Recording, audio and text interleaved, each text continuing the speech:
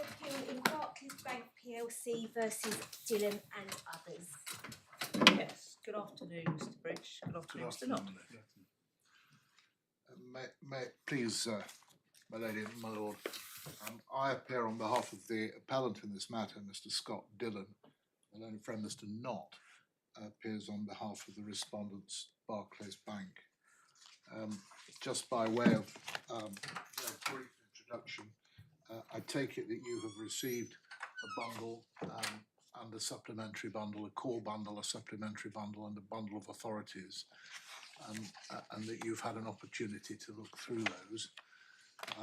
I've had several copies of the core bundle. I think 3 at the last count. I'm afraid, my lady, that there was some confusion over the period in the run-up, because we were trying to work together to produce a joint bundle. Eventually, I hope we've got it right, and you've all got the same bundle. I think we both have. Yes. Yes. Thank you very much. These proceedings arise from an order of Mr Justice Rajah made on the 30th of October of this year in respect of the breach of freezing orders made against Scott Dillon and others. In short, it was alleged and proved and acknowledged by Scott Dillon that he had been involved in the transfer of assets, the subject of freezing orders, the assets being shares in companies in which he had an interest and in which others had an interest, out of the jurisdiction into the ownership of companies in the British Virgin Islands. He had contested the allegations made against him and continued to contest the allegations made against him until what was, I think, day 3 of actual court time, day 5, including reading days, of a hearing which ultimately lasted for 9 days. His 2 co-respondents, who, as I understand it, have not appealed the order, continued without acknowledging any breach of the freezing order, and Mr Justice Rajah made findings against them. It's important that at the outset I make our position clear. You will have seen within the bundle, and I hope had an opportunity to read, an affidavit prepared by Scott Dillon entitled SD4, which was the extent to which he made admissions. I attempted to make clear our position at the time that it was accepted that he need play no further part in the proceedings, that it was most unlikely that there would be any contest in relation to other findings of fact made by Mr Justice Rajah at the conclusion of that trial, and that remains our position. And so the findings of fact that he made in the judgment at the end of that hearing are not contested. The only area where there is potentially an issue of proof of fact, if I can put it that way, is in relation to that which I've called ground 3 in my grounds. Save for that, how can I put it in shorthand? Our complaint really is that this penalty was too strong, it was too severe, taking account of all of the factors that I've set out in the various other grounds that I've put forward. I don't know, and I reading this and preparing it over the last couple of days, the extent to which this court will be assisted by a lengthy trawl through numerous different cases. There is an infinite variety of circumstances in which the High Court and other courts impose penalties for breaches of one order or another, ranging from matrimonial orders to orders involving breaches of statements of truth at the end of statements and various other things. It seems to me that although the civil courts are not bound by what are now known as the definitive guidelines on sentencing, it's clear that they are to be taken account of by civil judges who find themselves in a situation where they are dealing with somebody who's infringed an order of one kind or another. And I know in a different jurisdiction, in the criminal jurisdiction, one is roundly criticised rightly for turning to other cases with examples of facts which differ from the one in which one is appealing.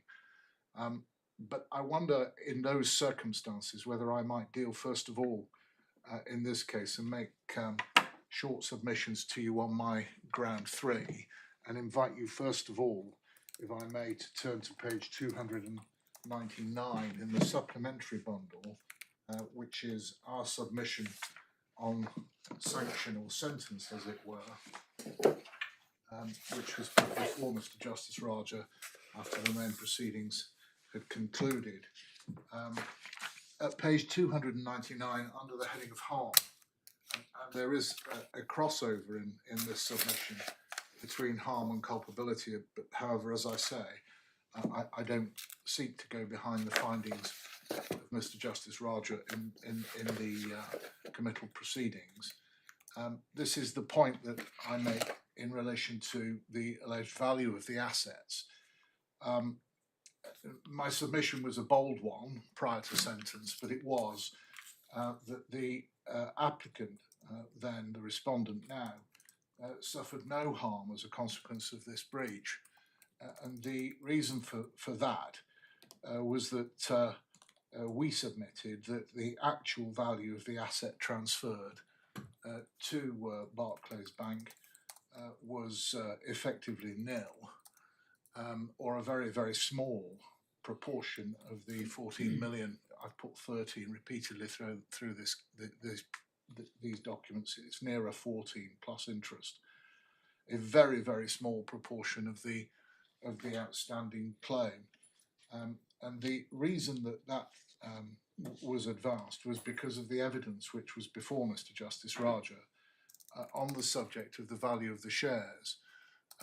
There was in fact one only, as I understand it, one company only which was still trading in any meaningful sense, and that was a business known as Baldwin's Travel, and that company and all the other companies were valued, and within the bundle, the supplementary bundle elsewhere, there are valuations. In addition to that, although I haven't mentioned it in these grounds, and I hope I'll be forgiven for it, there was, it's referenced in one of these documents, although there isn't any firm evidence on it. I don't know whether my learned friend is able to help with this. In relation to the assets, a firm of solicitors known as Glenville Walker had a debenture, as I understand it, which exceeded any value of these companies over the asset in any event. So whatever they were worth, that value looked as though it was likely to be subsumed by the debenture in favour of Glenville Walker and Partners. Is that on the assumption that the value was no more than appeared in the 2 valuations that you rely upon? I have been unable to put my finger on an actual figure in relation to Glenville Walker's debenture. However, I know it's hundreds of thousands of pounds. It's referenced within one of the valuations as being £300,000. The broad backdrop, and I'm skating over this, I hope it's useful to do so. The broad background is that the Fresh Thinking Group was a business which was set up to acquire distressed businesses and do its best to bring them round. It succeeded in relation to some, and it was part of the plan that it would not succeed in relation to others. It took loans from Barclays. Barclays had agreed that they would lend up to 25 million and gave a very loose arrangement to Fresh Thinking Group and its various other companies, whereby they could borrow and draw down as was needed. I understand that at its height, the Fresh Thinking Group owned businesses which employed at least tens, and I think more than that, people. So there was a significant, substantial number of persons who were still working within businesses which it had acquired. One of those businesses was Baldwin's, and at the time of these transfers, it's my understanding that Baldwin's was the only business that continued to trade in any meaningful sense. So is that, you say it's your understanding, but is there evidence of that, or is this understanding gleaned from elsewhere? My lord, I'm afraid that I'm as I have from the outset of this case, I'm having rather to go off instructions. One of the first applications that I made, which was declined, was for access to a full set of readable accounts from Barclays. No formal application was made because those representing Scott Dillon only became involved, I think, a week before the original committal hearing was due to take place. But we've never had access to the actual funds that went through into Barclays, other than through bank statements, which frankly in the time could not be read and could not be analysed by any forensic accountants. So we were not in a position to do any detailed financial analysis by way of, for example, to demonstrate where monies were going when they came into the group. The picture that was placed before Mr Justice Rajah was very much to do with the mechanics and the circumstances whereby the transfer of the assets took place in March of 22, rather than the backdrop to it. Just not understanding that, because from Barclays you'd get their accounts, Yes, the bank accounts. Yes. But in terms of what the group does and the companies in the group do, that's all information within your client's possession, isn't it? Not within my client's possession, and certainly not post transfer. So I can only say to this court now that I'm not in a position to put forward a detailed analysis of the way in which the money was being used during the period over which it was drawn down from Barclays. So that's the what amounted to 13 odd, nearly 14 million pounds at the time that Barclays intervened and declined to continue to support the group. And one can imagine that once that situation had been reached, there was a rapid decline of the fortunes of the group, because the companies continued to need support in order to bring them round. This is a very, very broad brush picture, I'm afraid.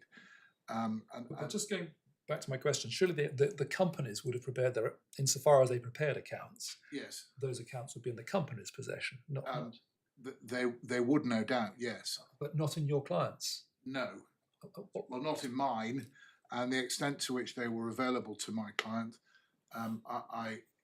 we didn't have the time or the facility to undertake that work. But your client was not merely an advisor; he was an owner of these, a part owner of these group, wasn't he? Yes, but you still say he didn't have any of this information. Well, he may have done, but we simply didn't have the facility, and it didn't happen to do the analysis. And so the purpose of my referencing this is to give the court an indication of the backdrop against which Mr Justice Rajah made the decisions that he did in concluding who was involved in the transfer. It only matters all of this because in my submission, potentially, because if you're looking at culpability and harm, it occurs to me that one of the critical things that you have to understand is what's been lost, and in particular, what's the value of that which has been lost. Mightn't it be thought, Mr Bridge, that the person who's got the information should put that information in front of the court in order to show what the value is or isn't? It might be. Yeah, so if that person doesn't put the information in front of the court, isn't the court entitled to draw inferences? The court is entitled to draw criminal inferences, but in order to draw criminal inferences, there has to be a certain approach. In other words, they have to be the sole exclusive interest that there were assets there above and beyond the valuation. And if I can come to that, and just very briefly, I take it that you've had an opportunity to look at the valuations within the supplementary bundle. Those valuations are desktop valuations. They are what they are. They depend very much upon what the value is, who I don't think any issue is taken. Both ITC and Plimsolls are respected valuers. And so those valuations appear within the bundle, the supplementary bundle there. In relation to Inc. Travel Group, between page 70 and page 101, these are the valuations from Plimsoll 102 and 122, and from ITC at 123 and 129 and 130 and 151. So the email exchange which took place between my client and the valuers can be seen starting on page 77 and working backwards towards page 70. It appears that the request for evaluation was first made on the 17th of March. There was then an exchange of emails between Mr. Solomon at the valuers and my client running forward. Can I just ask this? At page 70, Yes, there's an email enclosing the valuations, yes, and it says based on the figures provided. If yes, you look at page 79, yes, the first substantial page of the report on one of the companies, it says in the third paragraph, the end, the valuation is based either on information publicly available in the company's house or information privately supplied by the client. yes. Putting those two things together, it looked to me as if, of those options, these had been prepared on the second basis, that is, information provided privately by the client. I think there's some information that was from elsewhere, but yes, Yeah. it's very much information provided by Mr. Dillon. Yeah, yeah. And that's the case in relation to both the Plimsoll business valuations and the ITC valuation. If one looks within the ITC valuations, on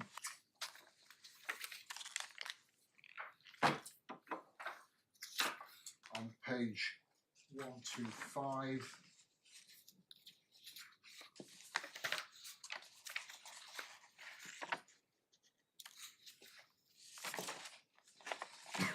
under financial position, when taking into consideration group loans, the company has a negative position of 2.3 million plus cross guarantee of 300,000 to Glenville Walker Partners Limited, which is the reference that I was making earlier to the solicitor's debenture, and so the valuations, I think, the initial valuations of 300,000, the two subsequent valuations by ITC range between 80 and 120, and I think 100 and 140. So we're looking at, I roughly estimated it as being between 1 and 2% of the claim.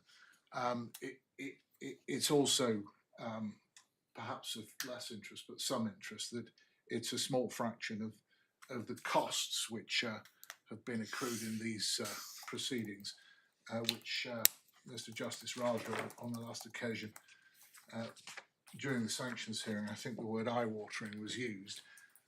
It's a point that I might mention later on, but I think my client has accrued a liability joint and several for costs greatly in excess of £1 million personally, which is obviously something that has arisen. Some might say it's his fault, but it is nonetheless something which the court might wish to take into account in terms of the impact upon him personally of these proceedings. So the next stop is, if we could then please turn to the judgment. So I'm in the core bundle.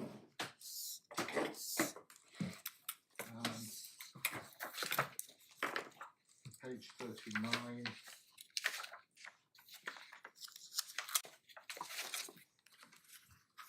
Paragraph 16. It is not clear how valuable the transferred companies were.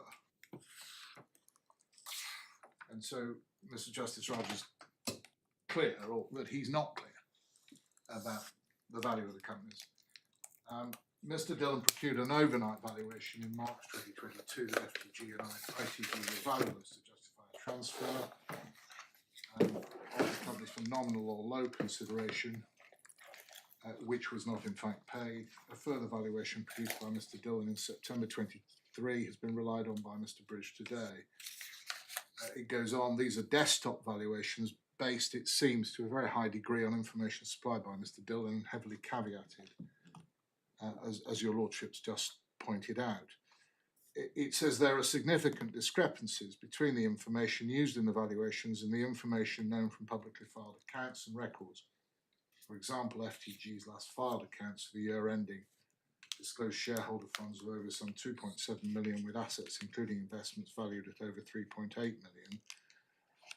There was, and I think continues to be, an assertion repeated by the respondents to this appeal that group had a turnover of more than 130 million, and obviously if you're not trading profitably, the higher your turnover is, the worse things are, and so the value of that figure in terms of ascertaining what these companies were worth is extremely questionable. The next paragraphs of the judgment which are important on this point are paragraphs 29, 30 and 31.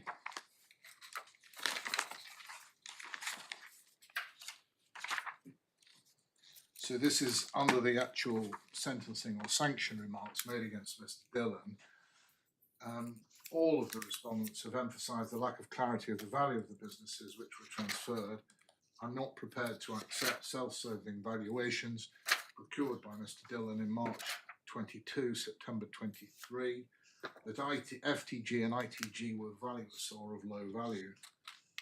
The material instructions given to the valuer are not available, and where they are available, they appear to have been produced by Mr Dillon. There are a number of discrepancies, as is previously said.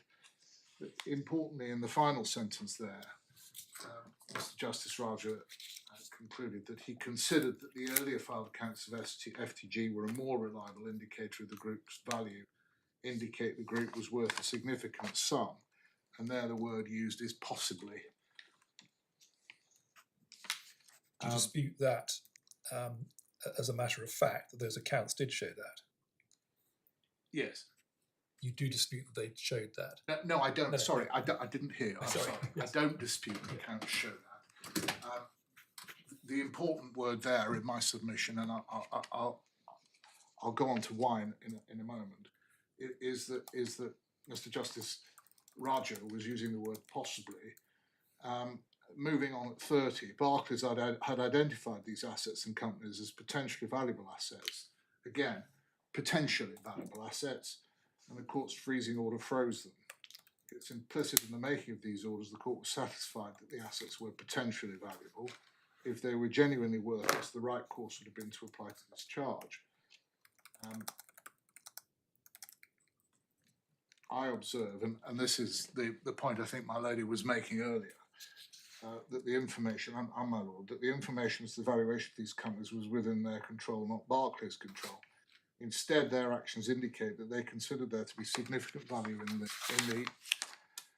in the group which they wish to hide from Barclays, and that really, in my submission, is important because that's the high point on value, and it's the inference point that why would this have happened if there was not real value in these companies? And the real question, the nub of the point that I'm gradually making my way towards, is that in order to draw the inference that they were significantly valuable in these proceedings, one has to be satisfied so that one is sure. So the standard of proof is the criminal standard, and the burden is very clearly on Barclays. But this is not a point Barclays were themselves relying on, was it? And where do you? This is the point your client made, or the client and his co-defendants made, that there was no value in the assets. That was their point. If they hadn't made that submission, and all one had was the judge's conclusion at paragraph 16 that it's not clear how valuable the assets transferred were, Where does that get you? What more did Barclays need to show, and what Well, authority is there for that? My Lord, Barclays are bringing proceedings for a committal for contempt. It's a severe sanction. He's now in prison, a man of good character, for 22 months, 11 to serve. Any prosecutor who puts a case before a criminal court, which the committal proceedings were, carries the burden of demonstrating not just guilt, but also culpability and harm to a judge who ultimately has the unpleasant task of imposing sanction. And in any fraud, almost inevitably, one is reliant upon inference. And it's trite law that you can't draw that criminal inference unless you can exclude clearly all other innocent explanations in terms of calculating value. Now, I think my question is where does this come from? This requirement as part of an application to commit someone to prison, that you've got to prove that the breach of the order, because there's admitted breach of the order. yes, there is an admitted breach. The breach of that order also carried with it significant harmful consequences for the person who obtained the order. You don't. In all committals, there are two victims. Primarily, the victim is the court and the public confidence in the court. Yeah. Secondarily, and importantly, looking at the cases, is the party who has obtained the order and sustained the breach, whether that's a victim of domestic violence or, as in Yaxley Lennon, a 15-year-old boy who was subjected to aggression and violence. They're also a victim, and that inevitably plays an important part in the sanction. And so there are lots of authorities where the courts have said that in circumstances where a judge is imposing sanction for breach of an order, you don't suspend in order, for example, suspend a sentence in order to ensure compliance. It's not the point. You're looking at, as a matter of principle, the extent to which the criminality, which in a committal case is a breach of an order and a victim standing behind it who has lost the benefit of that order because of the breach, both of those things matter. And it matters here to know and understand to some extent what difference it would make to Barclays, assuming that they were to get judgment for £14 million, that these companies could now no longer be secured and used in satisfaction of the judgment debt. And the position we submit is that the only evidence before the court was as to accounts and these valuations, and it is questionable both from a point of view of culpability and harm whether or not in fact we are looking here at a breach which merits 2 years, the maximum, less a reduction for 5% worth of credit. Yeah. The point I'm making really is merely that it's not adequate in terms of proof to merely assert these companies could possibly have been worth millions. And in support of that, the case that I've cited, it's trite. I'm not sure that I need to take you to it, but I will, if I may. Within the authorities bundle is at page 173. It's the cases Z Bank versus D1 and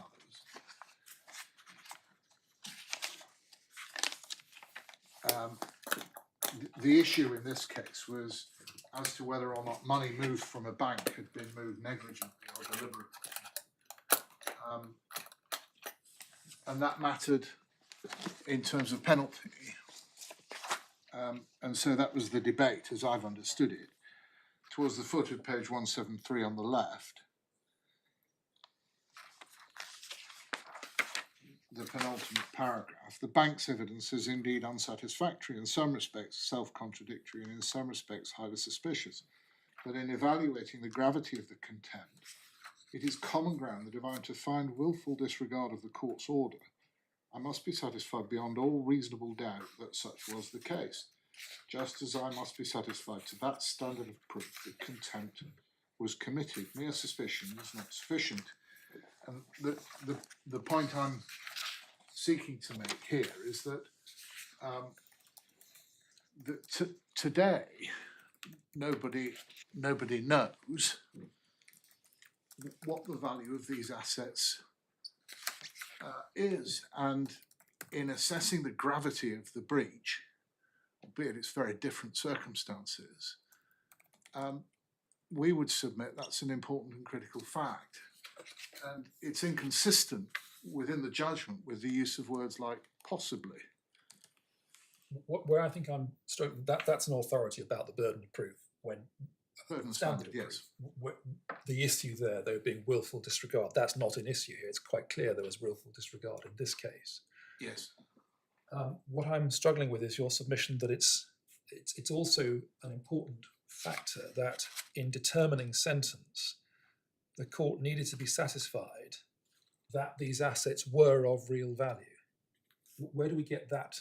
Where's the authority for that proposition? Because the judge deals with this by saying, most importantly, this is paragraph 32, harm isn't judged purely by monetary effect, but by its impact on the administration of justice. And Yes. that's the critical issue here, which Yes. you don't depart from. No, I don't. So where do we get any authority for the proposition that it's also critical, that you must find there was real value in the assets? My lord, I get into my other grounds in this sense that if these assets would clearly have fully discharged the £14 million that was being sought by Barclays, and their removal had thereby deprived Barclays of their entire security, that would be one thing. But it's axiomatic that if they in fact are worth a very small fraction of that, then their removal is far less serious in terms of its impact on the victim. But as with, I don't resile for a moment from the submission I made earlier, which is that there are two victims in almost all contempts. Primary victim is this court, whose order has been ignored, and deliberately so, on the findings of Mr Justice Rajah here.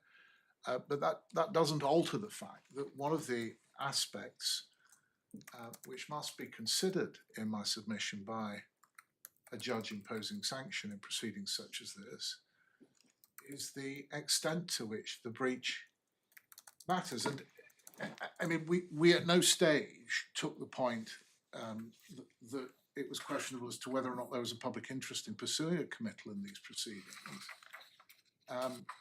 The proceedings went ahead, and well, there we are. But it's inconceivable that if the asset which had been transferred was demonstrably worthless, that it would make any sense for this court or indeed the respondents in these proceedings to pursue an 8-day or 9-day hearing in the High Court with all that carried with it in terms of cost and public expense. May I ask a question, please, Mr. Yes, please, my lady. If the information about the value of the companies was solely within the defendant's knowledge, might it not be thought that there was an evidential burden on him to persuade the court on the committal, if this was his case, that the companies had no value? And might it not be thought that the judge was entitled to say, well, that evidential burden hasn't been discharged, the evidence in support of that part of his case is not worth the paper it's written on, to put it in a pejorative way? Yes, my lady. Simply this, as a criminal defendant, he was entitled, as it were, to put the other side to proof. And the point I'm making is that in addition to that, although he didn't give evidence, there was some evidence in the bundle, and the burden in these proceedings, in my submission, rests with the pursuer, or in this case, the bank.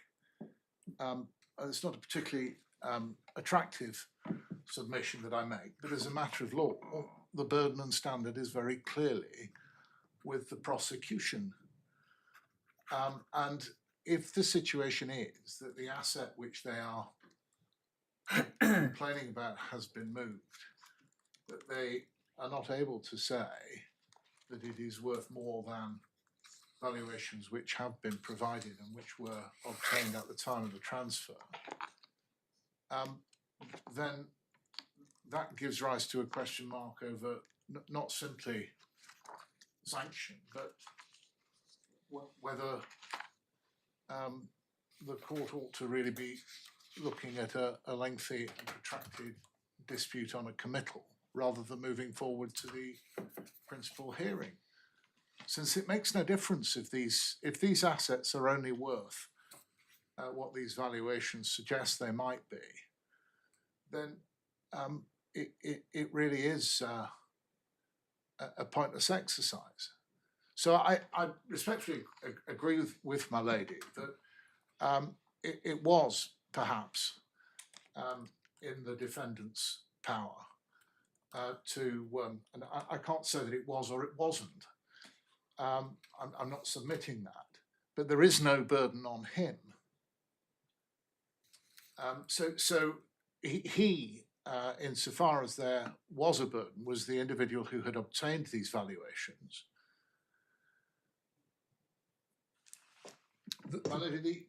Sorry, before you go on, can I just ask this? The bank lent money to the group, basically. That was the consequence of the transactions that took place in March 2022. Yes. According to the judgment, was that essentially all the assets in the group were transferred to the BVI. Yes.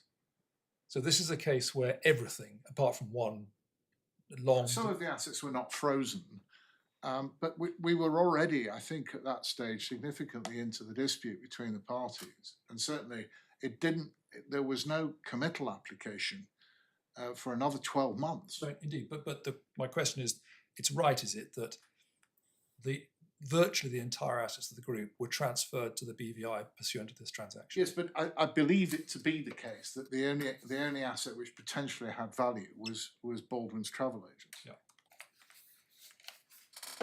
And a number of the assets that were transferred were not the subject of freezing orders. And the valuations are in respect of group rather than individual companies. Yeah.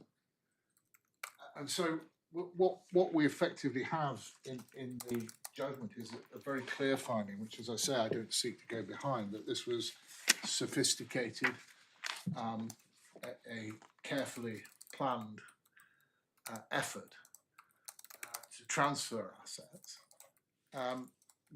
There is, in my submission, a difference, and a significant difference in terms of sanction or sentence between a carefully planned exercise to move assets which have little to no value, and one which is a carefully planned exercise to move assets of real value which would make a substantial dent in any judgment debt. It does slightly beg the question, why do you have a careful and sophisticated plan to move assets if they aren't worth anything? Well, it does, my lady, and that was the point made by Mr Peter in response to this submission at the hearing, and also made in the judgment that I've just taken you to.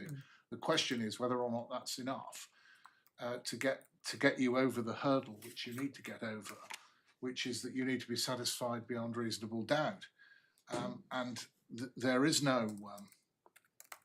in my submission, basis upon which you could reach that standard properly. And so this is the only issue really of principle, which I wish to make submissions to you on. The other submissions are within grounds 1, 2, 4 and 5, really about the defendant's personal mitigation. and other matters which the courts have taken into account in cases similar to this and in other cases. That's why the question I posed earlier is of critical importance here.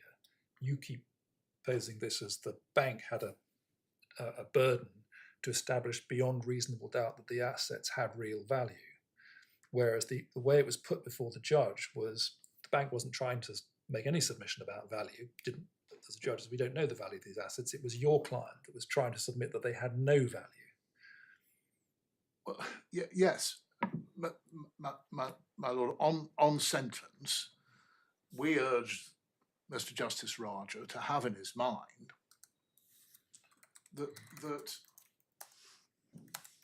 there was very limited harm. So approaching sentence, applying the two Sentencing Guidelines Council's broad principles, culpability and harm, that was a factor which occurred to us to matter, and it still does.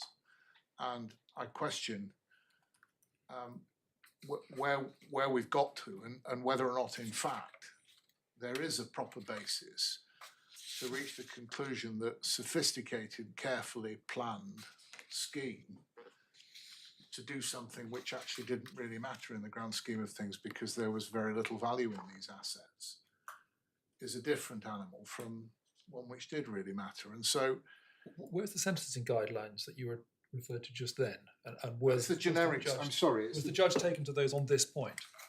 No, they're the generic sentencing guidelines. They're referred to in the authorities within the bundle.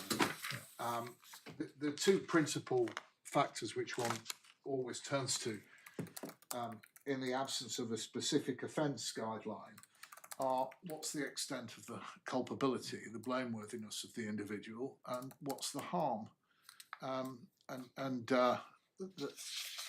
those are within the generic Sentencing Council guidelines. They're also referred to in Yaxley Lennon.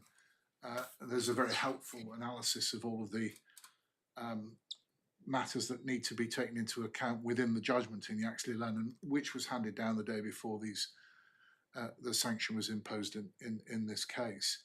The other authorities which, moving on from Z Bank, is at page 53 within the authorities bundle. This is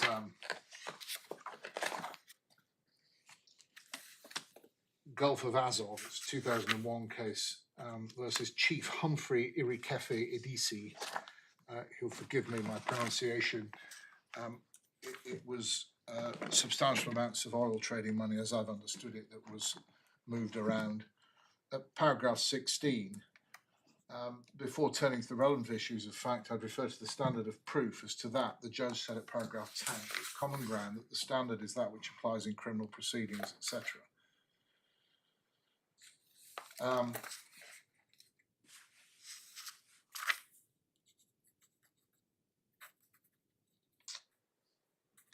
Counsel acting for Mr. Idisi, Chief Idisi, in that case, Mr. Bauer. Quite similar to the one I'm making, but not in the same context. And the other authority which refers to the standard proof is on page 197 within the authorities bundle.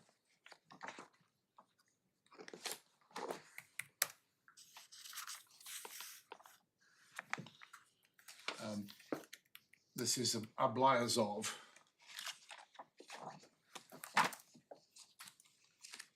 Supreme Court analysing the decision in the case of HMRC against Barclays Bank 2007. D. Lord Roger of Earlsferry said at para 62, punishment for contempt of court is the remedy which the law provides for the addressee's failure to comply with an injunction such as a freezing order. Finally, Lord Mance, expressing himself in more guarded terms in the context of the bank's argument that the law of contempt provided sufficient protection for commissioners, said this: contempt requires proof to a standard commensurate with the seriousness of the offence, and the sanctions available to the court are not directed primarily at compensation but at imposition of the penalty. It's true that with sensible ingenuity a sanction can sometimes be tailored so as to encourage restoration of an asset. And that was over the debate as to whether or not there is a civil remedy for a contempt. It's another reference to burden and standard in similar proceedings to this. This submission is now, I think, complete from my perspective. I don't wish it to become front and centre of my submissions to Lady my Lord. However, it is something that did occur to me to be important to refer, as unattractive as it may be, given that my lady has referred to the possibility that it was open to my client to advance values. But nonetheless, it's there. There is, on the face of it, and the word possibly is used within the judgment, a chance that the asset that was moved here was in fact of very little value in any event and subject to a debenture, even if it was valuable to the tune, according to the ITC valuation, of at least £300,000. These are sums which are a drop in the ocean compared with the potential judgment and the costs of pursuing the committal. If I could then move on, and I'd like to do this quite briefly because I'm aware that you've had an opportunity to consider the other submissions that I've made, and I'm not sure how helpful it is to trawl through a large number of authorities with different circumstances than this one. I think at ground two, I'm going to skate over the authorities that I've cited in ground one. Ground one is really, the point is made that I suppose the easiest comparison to make is between this case and that of Yaxley Lennon. I've already referenced what the consequences of his breach were for an individual, and how serious that was for that individual, although that had occurred prior to the breach in that case. It perhaps doesn't need me to recite the detail of what Yaxley Lennon had done, but it doesn't, I don't know how to put this in terms of culpability and harm. The loss of an opportunity to enforce a judgment debt, however much these companies were worth, is very difficult to compare with the broad damage which the breaches in Yaxley Lennon caused. And he was a repeat offender and an individual who, as I understand it, by reason of, I think the phrase for it is clickbait, was using the breaches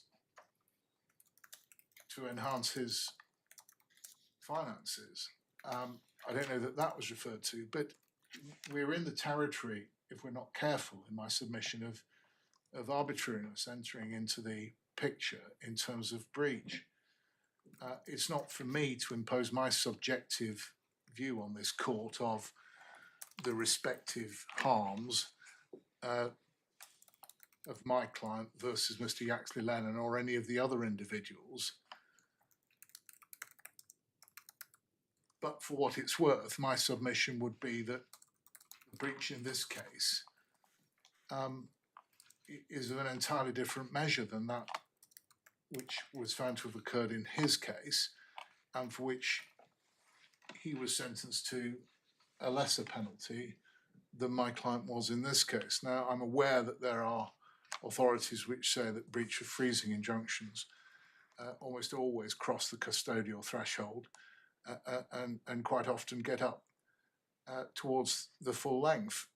But it's a difficult thing to do, to compare a breach such as the one in this case, whatever the value was, with all of these different situations. So I've made that point that there's a case of Wang and Derby. I don't intend to take you to that, but that was a case where, again, it was an argument over disclosure,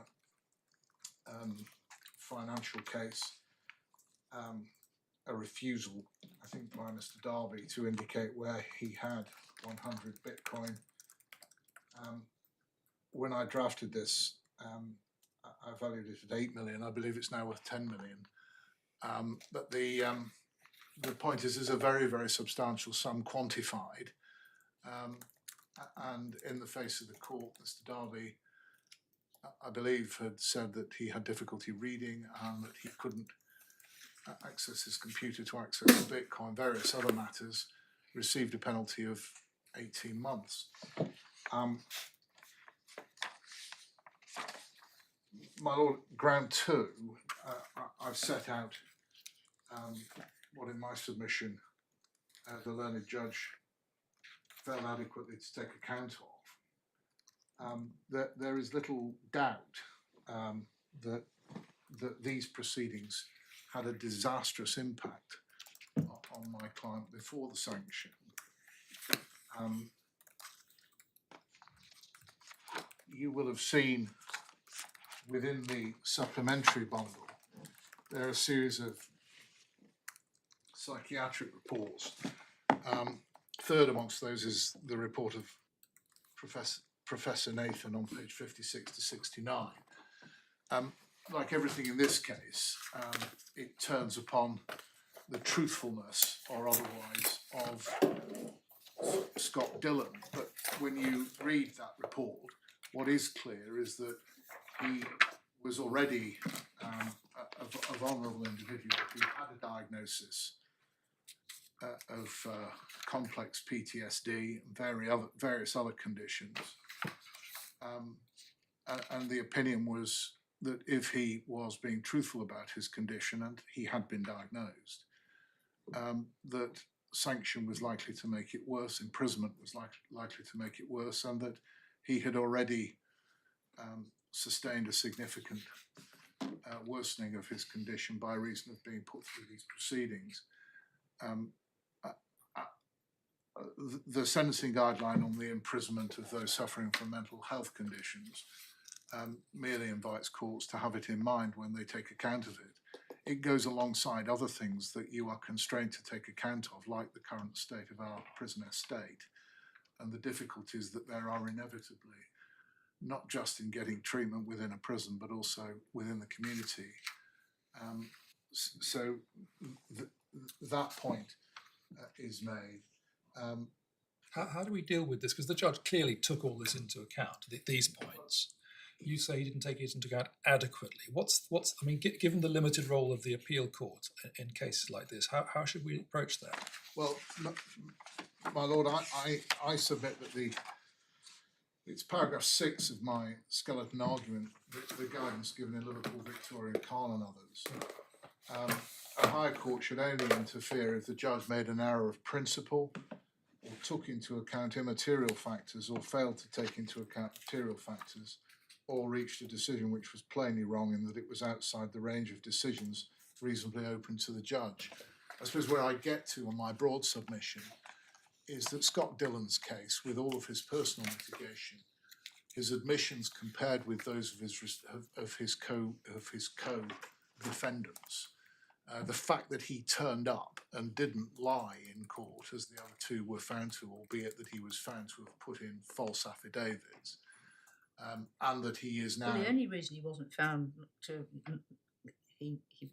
have lied was because he wasn't cross-examined, because he made his admissions shortly before he was due to give evidence. He didn't stand before a judge sitting where my lady sits and look the judge in the eye and say things which were found to be lies. I suppose what I'm getting at is, why is that a a ground for a significant distinction between his case and theirs?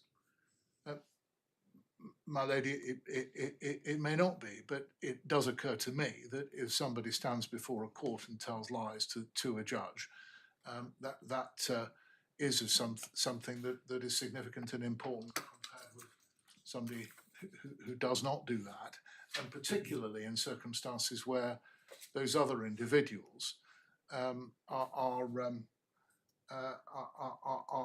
not present at the sanction hearing, overseas, not susceptible to a warrant, and that was not what Scott Dillon did. He acknowledged, albeit in a way which was limited, his responsibility, his breach. He turned up at court and he was taken away by the tipstaff.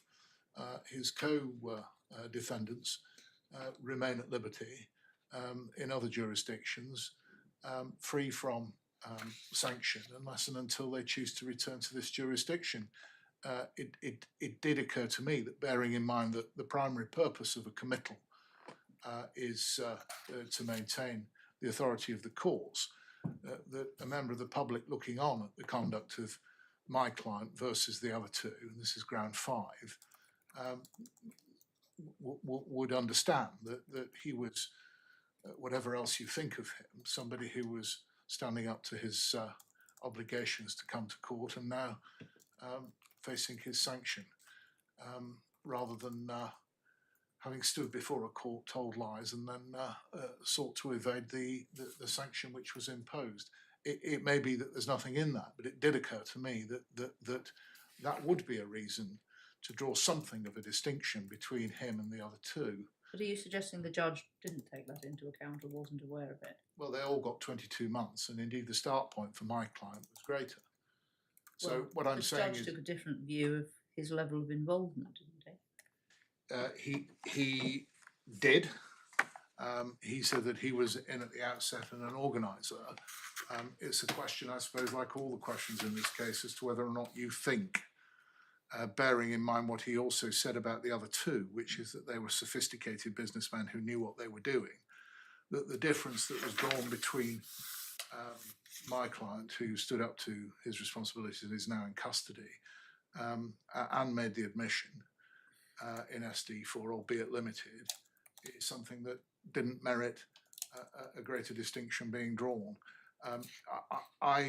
It's Well, like, you have to persuade us, don't you, Mr. Bridge, that the judge erred in principle by not drawing such a distinction. And is that your submission?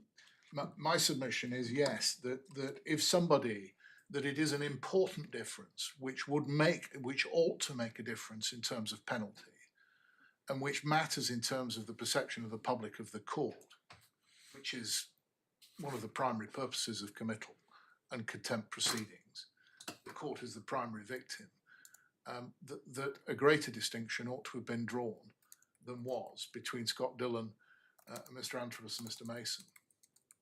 Right, so your submission is that the judge erred in principle in not drawing that distinction.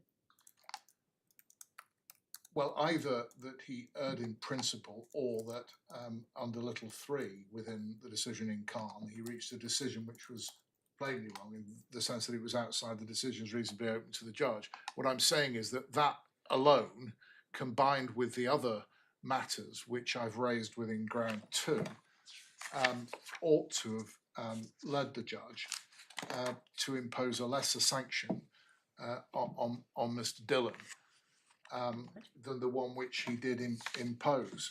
And so, I think I cut you off earlier, but you were making a submission that your broad submission was that, given all the circumstances of the case as far as Mr Dillon's concerned, your complaint is under little 3, that the judge reached a conclusion that was outside the range of reasonable conclusions.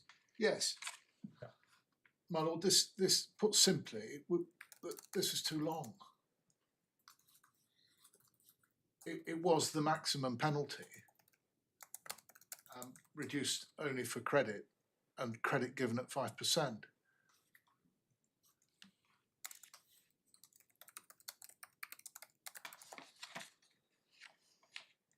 I've addressed 12.1, which is the Nathan report. I've mentioned 12.2. he is ruined financially by reason of these proceedings. That may be his own fault, but it's a consequence which he's living with. 12.3 in my ground 2, he's of good character. So prior to this, he's a man, I think he's early 40s, never been in trouble before, which is a statutory mitigating factor within sentencing guidelines. You will have seen within the supplementary bundle, and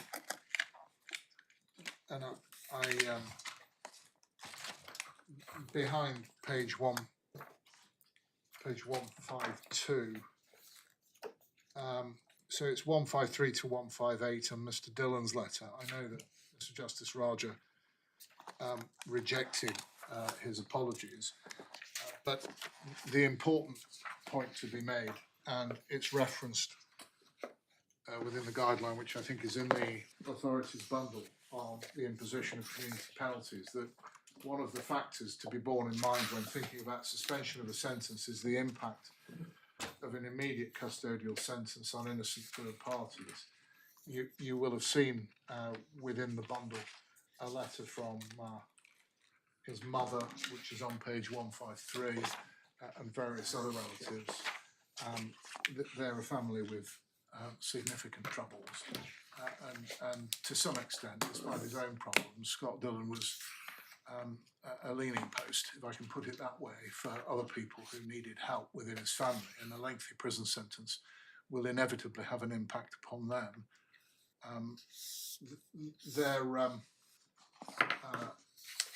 I've mentioned already at 12.5 his admission of the breach. At 12.6, again, as part of the order, it was indicated that the sanction would be reduced to 12 months on application should the assets be returned. As I understand it, the companies from which they were removed are now in administration. One of the matters which was, as I understand it, rejected in the main trial was that Baldwin's Travel, like all travel companies, is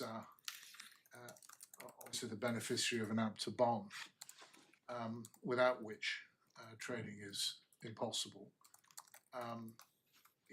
It's even if it was within my client's power to return these assets, it's questionable as to how that could be achieved, given the state of the companies from which they were transferred, which, as I understand it, is insolvent.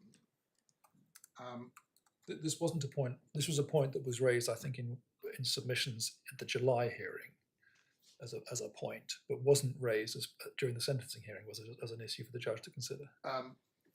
It was mentioned as an afterthought when the judge made the sanction by me, and I was reminded that I had made similar observations in July, and that nothing had happened. I wasn't offering anything because I didn't have instructions that it was a possibility that my client could achieve it.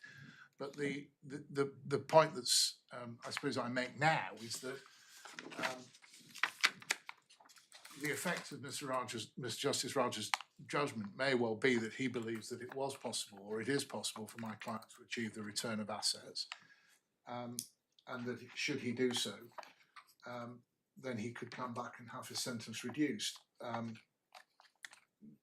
My client's response or retort to that would be, well, I can't. Well, I'm not sure it goes that high, does it? When it was put in the July hearing, it was there are issues about that. It's not that it was impossible.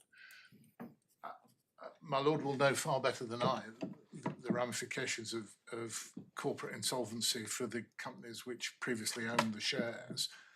I think my simplistic analysis of the thing would be that if the shares were to come back from wherever they are now, they would have to come back into the companies that transferred them originally.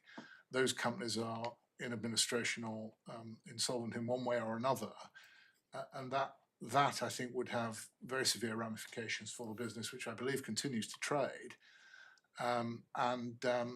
which requires a bond in order to continue to trade. So I don't know anything about the bond situation, which is the only issue of any concern. well, it was rejected in the judgment, and as I said at the outset, I'm not seeking to go behind No. anything that was found in the judgment. They are a travel company. Travel companies require a bond. Bonds are not compatible with insolvency, as I understand it. So what was said in July was a scheme would need to be devised whereby those interests could be protected at the same time as making sure that Barclays continued to have some means of enforcement against that business, which that's as far as it went, I think. it was, and I don't have any proposals, and neither does Mr Dillon. Yeah. The point is that he's been offered a discount, as it were, should he be able to achieve that. But on the face of it, it looks impossible. So that's the point I make at 12.6. At 12.7, it's an acknowledged mitigating factor within the generic sentencing guidance that if there is an extended period between the date of apprehension and the date of sentence, that is in and of itself mitigation. I don't know that I need to take you to any authority for that, since it's obvious that if you've got proceedings which may well lead to your incarceration hanging over you for a long period of time, they will have an effect. And you can see from Professor Nathan's third report that some of the impact that has had. It's all compounded in the sense that if at the same time you're effectively losing your work and losing all your assets in costs, then it compounds the overall effect. So you mentioned a period between two dates. What were the dates you mentioned according to the guidelines? So the proceedings were commenced in, I think, March of 2023. So it's the beginning of the committal proceedings and their resolution is the period you're concerned about. Yes, I'm not sure precisely what date committal proceedings were initially threatened, or that there was a realistic possibility that the defendant was aware. It's about 18 months, I think, that these proceedings were hanging over Mr Dillon and his co-defendants.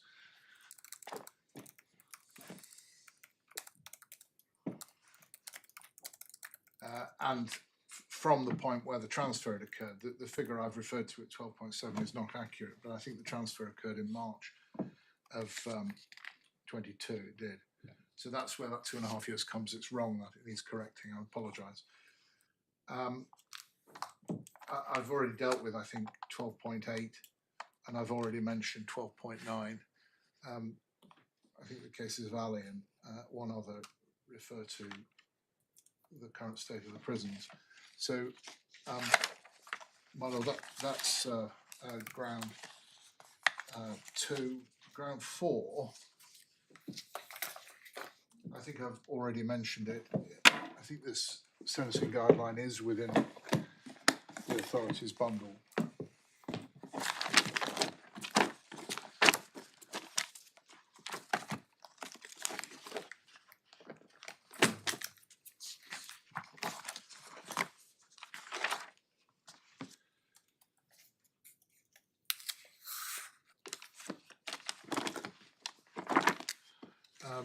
The guideline commences on page 295.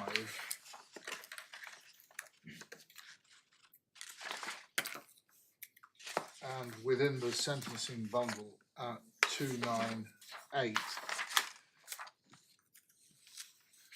I think these principles are all within the list within Yaxley-Lennon, pointed out as being important. The question is asked at the foot of 298, can the sentence be suspended? The suspended sentence must not be imposed as a more severe form of community order.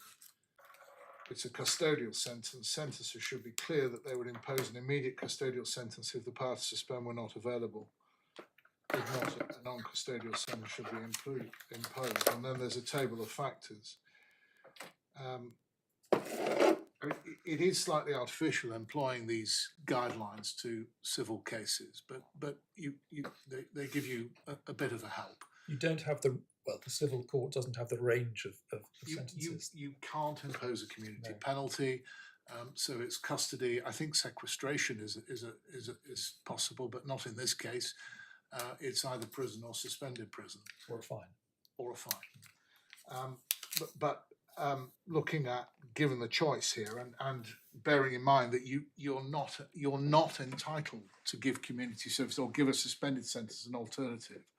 So if the offence crosses the custody threshold, then you've only got two choices. You either lock the defendant up or you impose a suspended sentence. So in that sense, it is the same. And the factors which the courts are constrained to take into account by the guidelines are, as can be seen there, custodial sentence in circumstances where offender presents a risk or danger to the public. Well, that's not Scott Dillon. There's a history of poor compliance with court orders. Again, that's not Scott Dillon. The middle one is the difficult one because it's there said that appropriate punishment can only be achieved by immediate custody, and there's clear authority that the breach of a freezing order is usually followed by a sentence of imprisonment. You could, I believe you could part suspend a sentence. The factors indicating it may be appropriate to suspend a sentence are one, there's a realistic prospect of rehabilitation. That may or may not apply. What's he being rehabilitated from? There's strong personal mitigation. In my submission, that there is quite strong personal mitigation in this case, in particular statutory mitigation in the sense that he has not been in trouble before. And then perhaps most importantly, given the correspondence which appears within the bundle, immediate custody will result in significant harmful impact upon others, while the extent to which they will be impacted by his imprisonment is unknown, but you've seen the correspondence. So, my lady, my lord, the position is that in my submission, were he before a criminal court, and the criminal court was looking at this, and it was the, it would certainly be a case, because 2 years is the maximum sentence, less credit, whatever it is, where a judge would be constrained to consider suspending that sentence, taking account of those factors and following the other guidance which is there within that guideline. I think I've already dealt with ground 5, which but is... don't you have to go a bit further, Mr Bridge, and not only submit that it's a case where the judge would have to consider suspension, but where the judge would be obliged to suspend? Do you make that submission? You mean on appeal? No, I mean, well, sorry, yes, at this stage, are you submitting to us that the judge had no alternative but to suspend? My submission, my lady, is that I suppose what I'm submitting in relation to the value of the company is an error of principle looking at burden and standard. But in relation to the other guidelines on circumstances where a higher court should interfere in Khan, I'm looking predominantly, at 2 and 3, I'm saying that the learned judge failed to take account of, or sufficient account of, his personal circumstances, his personal mitigation, and or that he reached a decision which was wrong, plainly wrong, and that it was outside the range of decisions.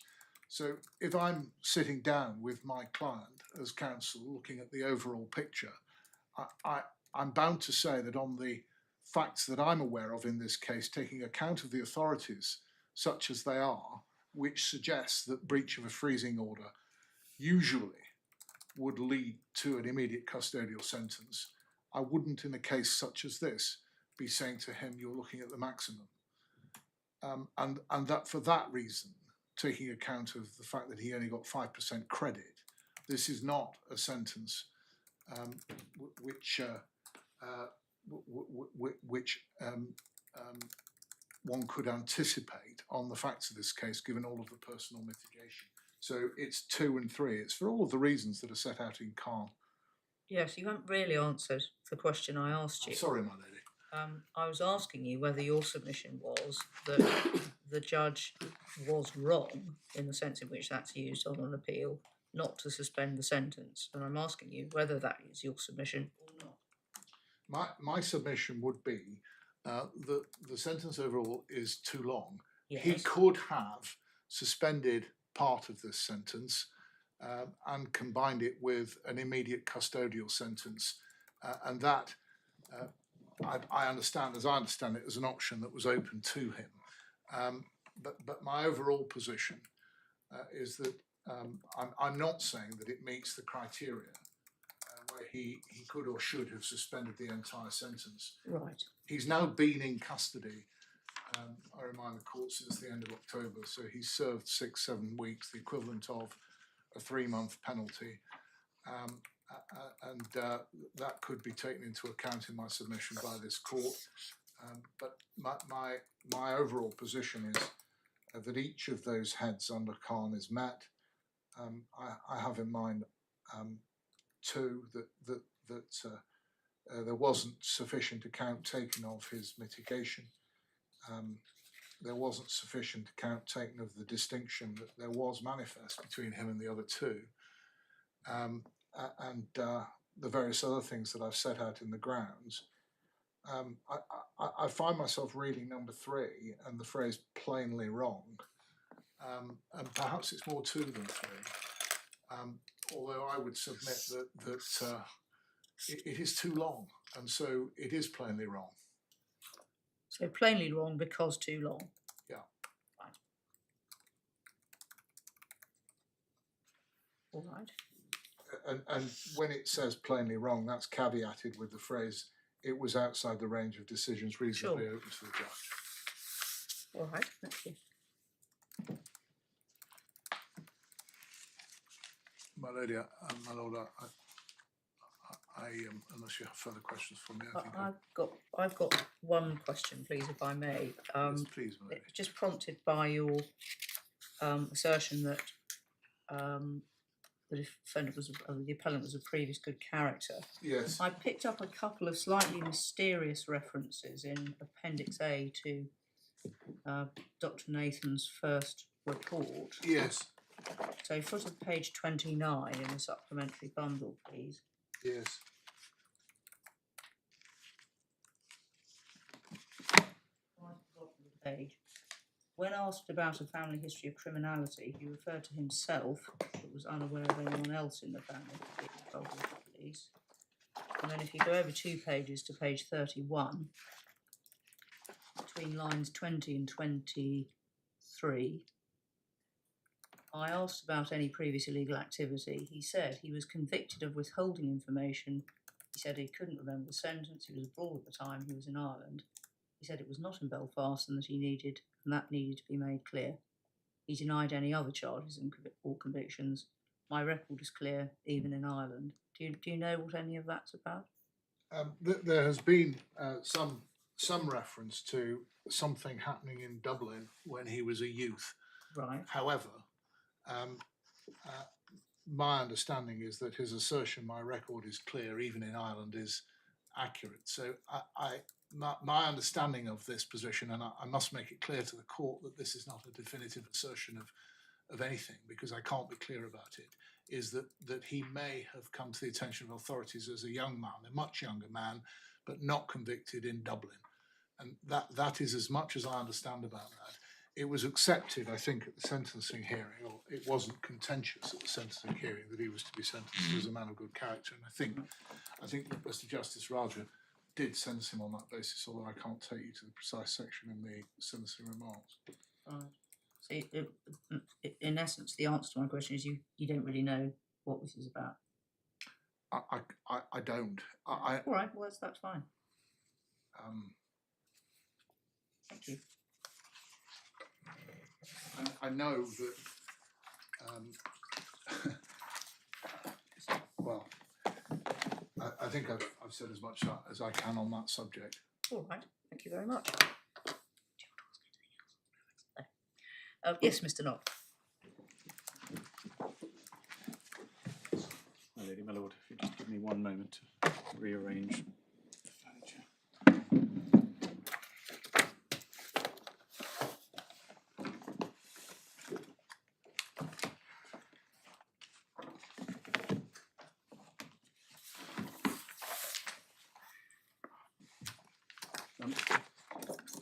My lady, my lord, my learned friend spent, I think, most of his time on ground 3, so I was proposing to address most of my submissions in relation to that.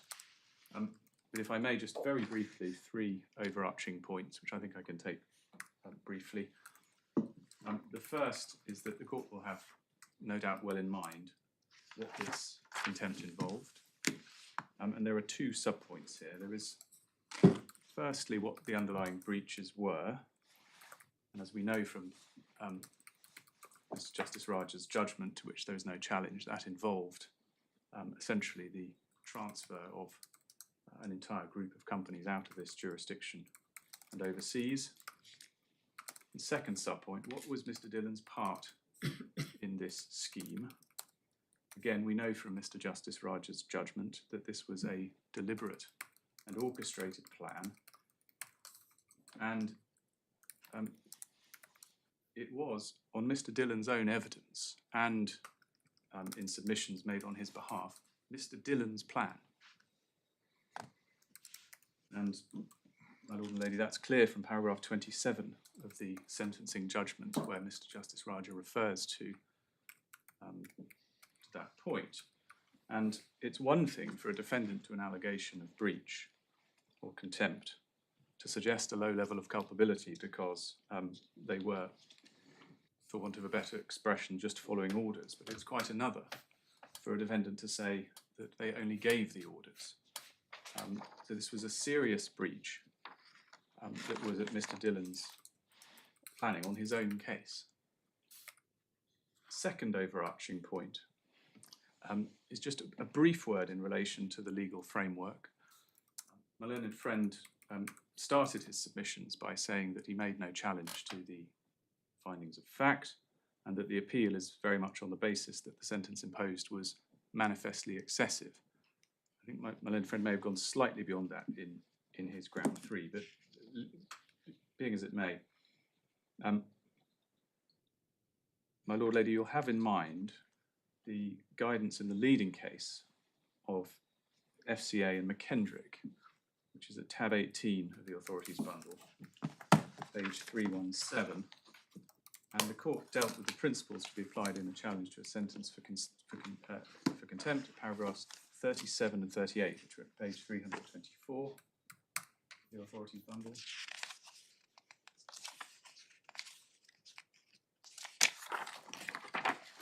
Right at the bottom, 37 and 38. 37 encapsulates my learned friend has already referred to, which is the 3 grounds upon which this court can interfere with a decision. 38, it follows from that approach that there will be few cases in which a contemner will be able successfully to challenge a sentence as being excessive. And my Lord and Lady, while we're in this authority, if I can invite your attention to paragraph 40 of the same decision, where the point is made that when sentencing, regard has to be had for the fact that 2 years is comparatively short, such that the maximum cannot be reserved for the very worst sort of contempt which can be imagined. Rather, there will be a comparatively broad range of conduct which can fairly be regarded as falling within the most serious category and therefore justifying a sentence at or near the maximum.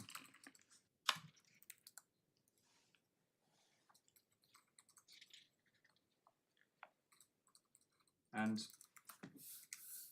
it's right to say that the generous ambit given to a judge at first instance in relation to sentencing extends not only to the sentence itself, but the decision whether or not to suspend. And that is clear both from McKendrick at paragraph 48, where the observation is made that the judge was in the best position to balance and assess the competing considerations as regards suspension, and also in the decision of this court in Cooper and Ignite, which is at tab 21, page 354 of the authorities bundle. And if I can invite your attention to paragraph 23 on page 359, there is cited with approval there a passage from criminal decision of Crown against Price. I just invite the court to read that passage to itself.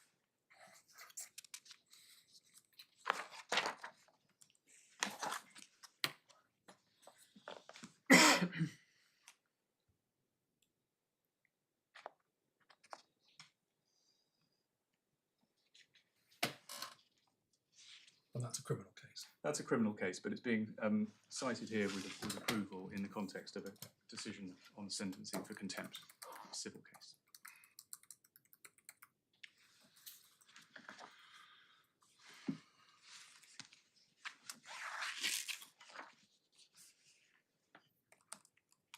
And finally, in this regard, in my submission, there is no one-size-fits-all approach to sentencing for civil contempt, and one can see that in the decision of SRA and Khan, the judgment of Lord Justice Arnold.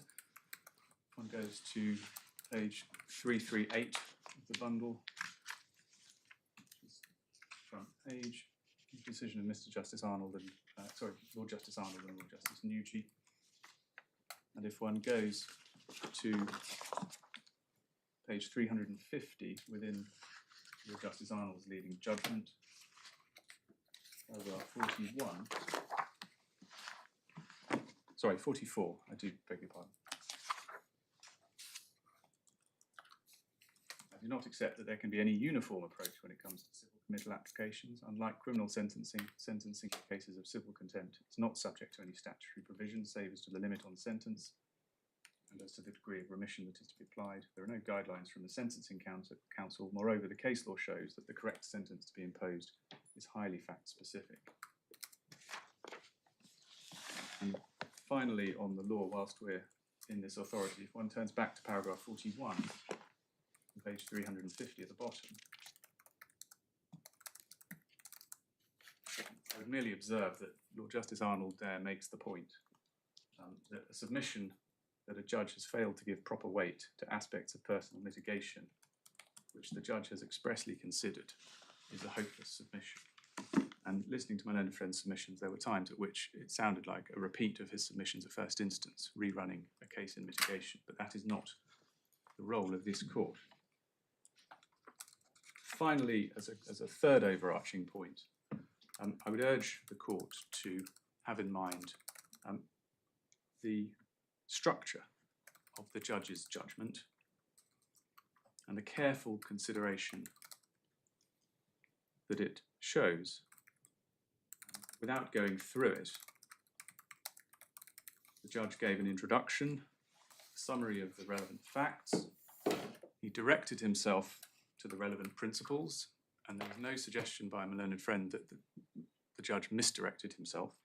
He did that at paragraphs 23 to 25 by reference to the Yaxley-Lennon case, which included a citation from the decision of the Supreme Court in Crossland.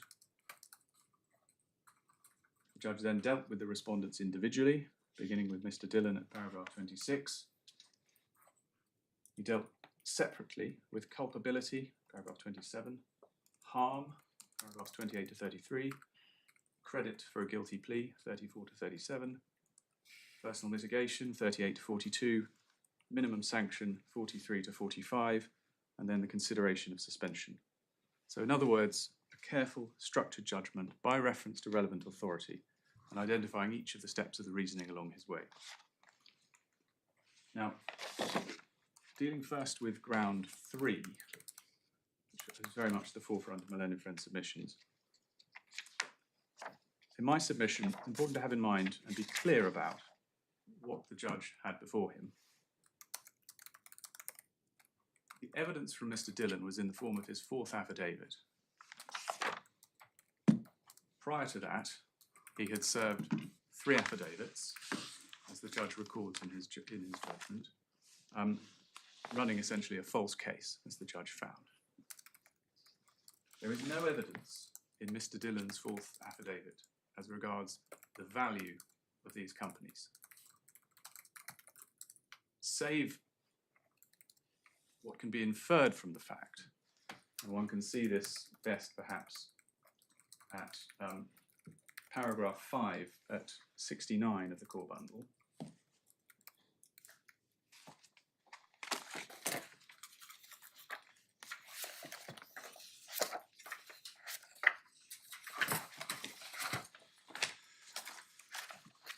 Mr. Dillon says there in the last sentence, I was an advisor to the group and asked to see if there was a way by which the group and Baldwin's could essentially be saved and continue as a going concern. So Mr. Dillon's evidence here was that there was something to be saved, namely at least one business as a going concern. What was put to the judge was a submission that on the basis of documents that had been within the trial bundle,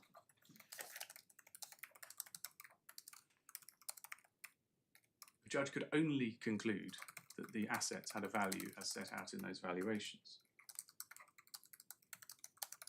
This was not a case where Barclays was running a positive case that the assets were worth any particular figure. Submission was made to the judge essentially that he was bound to accept those documents at face value. In my submission, that was not a correct submission. The judge was entitled to assess the weight to be given to the documents that he was referred to. I'll take you in a moment to some of the discrepancies that the judge seems to have had in mind, very briefly. But even then, my lord and lady, the judge has taken into account in his judgment as the most important factor the attack on the administration of justice that the breach of the freezing order entails, and has given allowance to the fact, and we can see this perhaps best at paragraph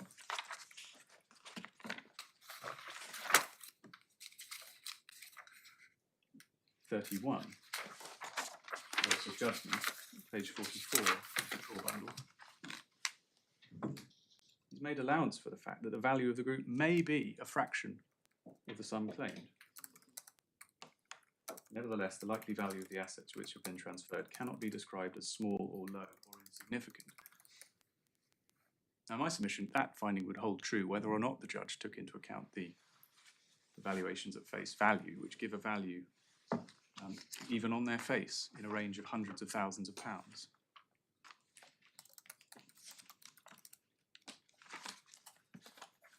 Now, during the course of his submissions, Mr. Bridge said at one stage that there were no other companies as far as he was aware. It was really just Baldwin's that was trading. Now, I don't accept that. I don't have evidence, because there isn't any in the bundle, as to precisely which companies may or may not be continuing to trade. But by way of example, and as regards where the information in the relevant valuations came from, if one turns in the supplemental bundle, paragraph 70, it's page 75.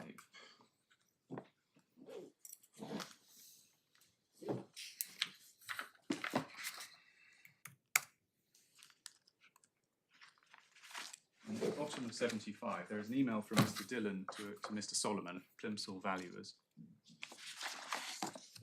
He says, we've got a spreadsheet with all the subsidiary turnovers, tangible assets, if they are encumbered or not.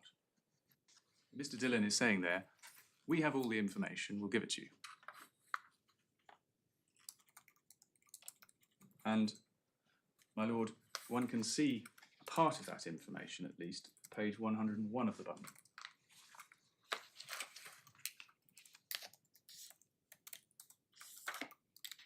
Which is a spreadsheet that Mr. Dillon sent to... Which page is this one? Page 101, same bundle.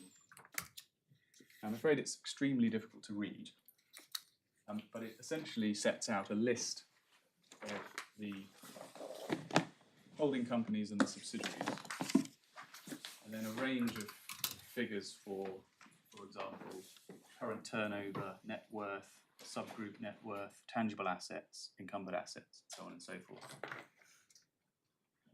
Even on the face of this document, looking at current turnover, there are at least 1, 2, 3, 4, 5, 6, 7, around 10 or so companies with current turnovers in the millions or hundreds of thousands of pounds. Now, what is not clear is where these figures come from. There are no underlying accounts attached to it or anything of that nature. But what is clear is that there was information available to Mr Dillon, and that the valuer's information came from Mr Dillon.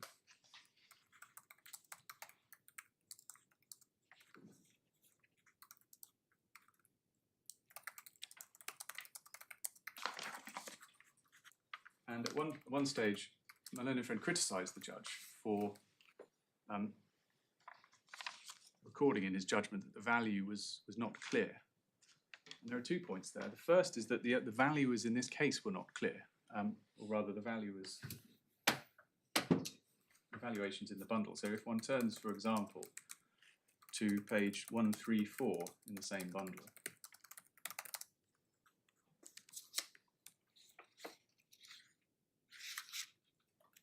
we can see within the valuation of FTG at 9, the original valuation reflected £100,000 sale. However, without details of the companies and their financial status, ITC believe the value is unknown at this present time. And, my lord and lady, that chimes with and is relevant to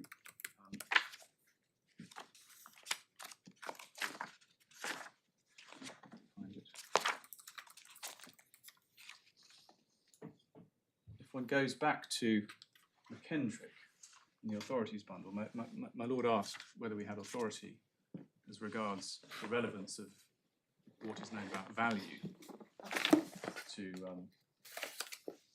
sentencing. And if one turns to McKendrick at page 326,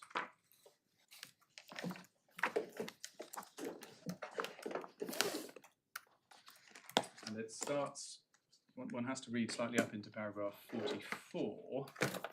The point is made that this was a case concerning, in part, a breach of a freezing injunction by the transfer of funds being in breach of a freezer. And it said, although the amount of money cannot have been very large and was no more than a drop in the ocean compared to the amount of the order made against the appellant, it was nonetheless all the money which should have been available. We then see in 45, moreover, the fact that it is impossible to say precisely how much has been dissipated is in itself an indication of the seriousness of the breaches. The purpose of the freezing injunctions and of the special arrangement made for the Barclays account was to ensure that the income from the lettings business could be accurately monitored and properly applied by the FCA for the benefit of investors. And my submission, that will apply to any freezing injunction. The purpose of the freezing injunction is that the assets, whatever they may be, however much value they may have, are secured.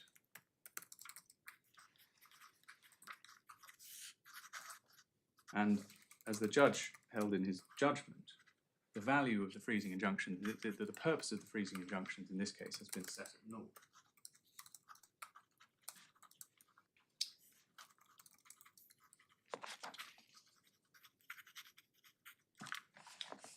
Now, just very, very briefly, to give you just 2 examples of the sort of discrepancies that the judge was entitled to have regard to and which are plain on the face of the documents.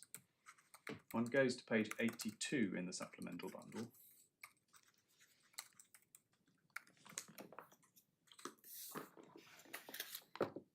So we are here within the Plimsoll valuation, or ITG.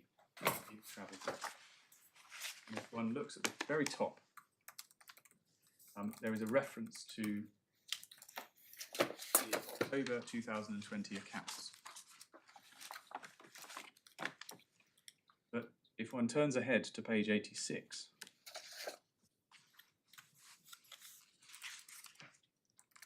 one can see that the company was not incorporated until July 2021.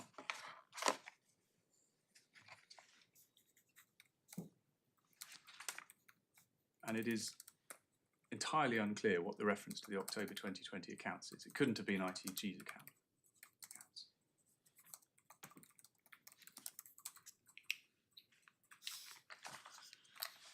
Then, to give an example in relation to FTG, if one goes, for example, to page 106 in the same bundle,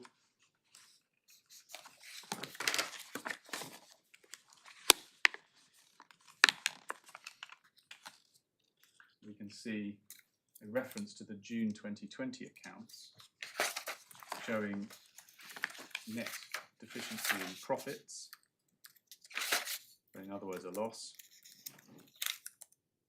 And then if we go to page 108, there's a balance sheet showing, amongst other things,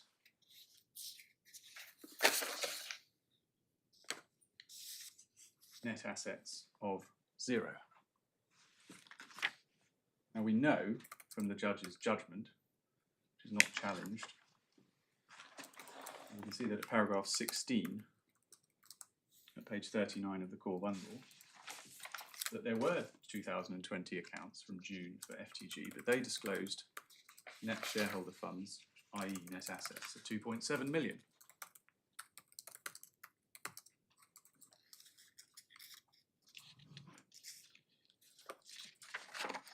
So, my Lord and Lady, I do say that even on the face of the documents, the conclusion that the judge reached, that there were discrepancies within the documents that call for attention, was plainly right.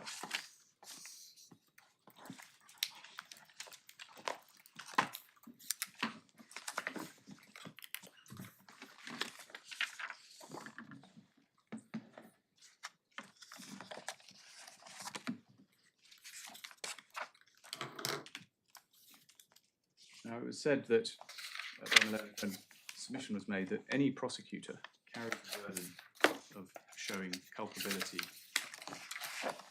and harm.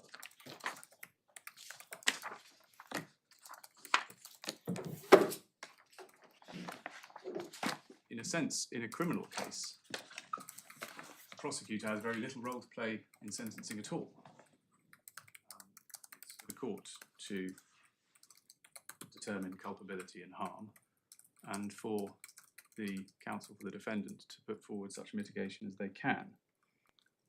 And it was said that it was trite law that inferences can only be drawn where one can rule out all other possibilities. Now, I don't think anything turns on that, but I wouldn't accept that that is a fair characterization of the rule of the criminal rule of inferences.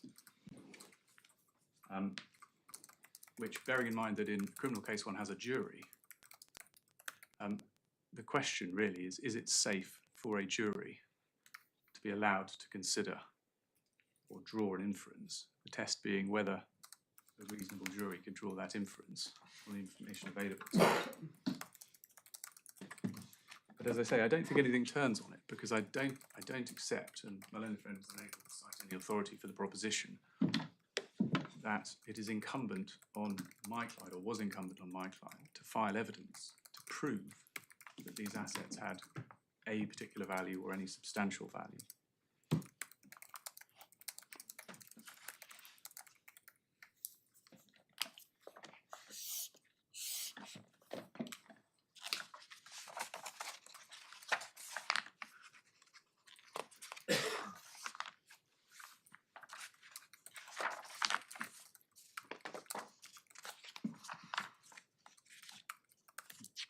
And so, when one stands back in relation to ground 3, what one is left with is a submission that the judge was not entitled, I think it's said as a matter of law, to assess the weight to be given to a submission made on the basis of documents.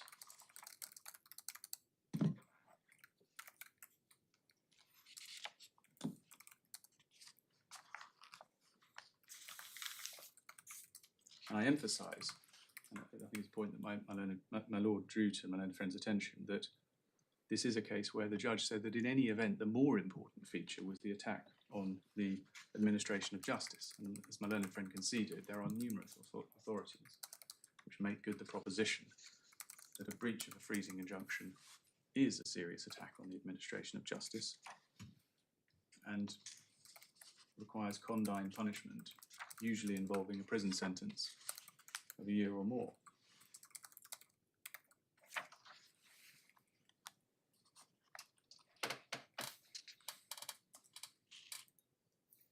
And in my submission, there is a tension, and in my submission, the judge was entitled to take account of the fact that, on the one hand, the submission was being made to him that these assets were worthless, whilst on the other hand, firstly, a plan had been put in place to save the assets, which was the breach, and secondly, that to return the assets to this jurisdiction would destroy them.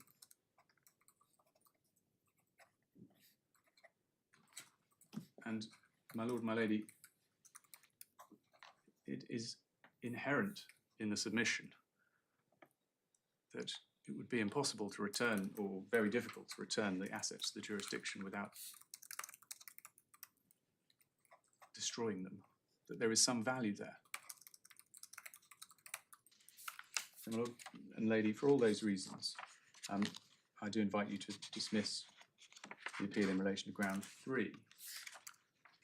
As regards ground 1, my learned friend didn't press it very heavily.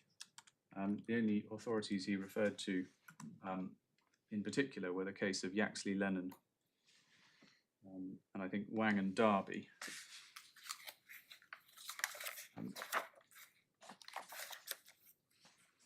And the first response to that, my lord and lady, is it's not a valid criticism of the judge that he failed to carry out an exercise in comparing and contrasting different authorities that were before him, because he was not invited to do so. Only one of the cases, Wang and Darby, was referred to the judge specifically. And even then, as submitted in my skeleton argument, it was caveated with a submission similar to the one made by my learned friend today, that there is unlikely to be very much assistance to be gleaned from going through cases with different fact patterns.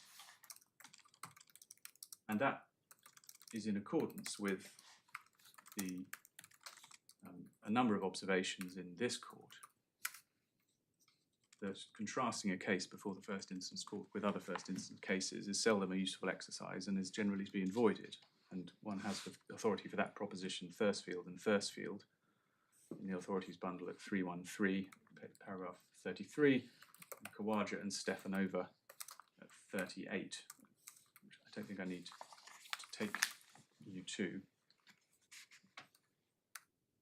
But it's certainly not said, whether in Mr. Dillon's written submissions or in his oral submissions today, that any of those cases are so closely related to this case as to be, in effect, the same case.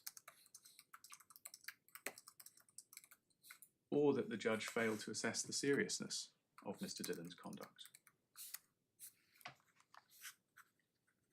And as regards the two specific cases my learned friend referred to, the Yaxley-Lennon case was a very different case, but in any event was expressly referred to in the judge's judgment, so he no doubt had it in mind. Notwithstanding that it wasn't cited to him by Mr. Dillon in relation to this point.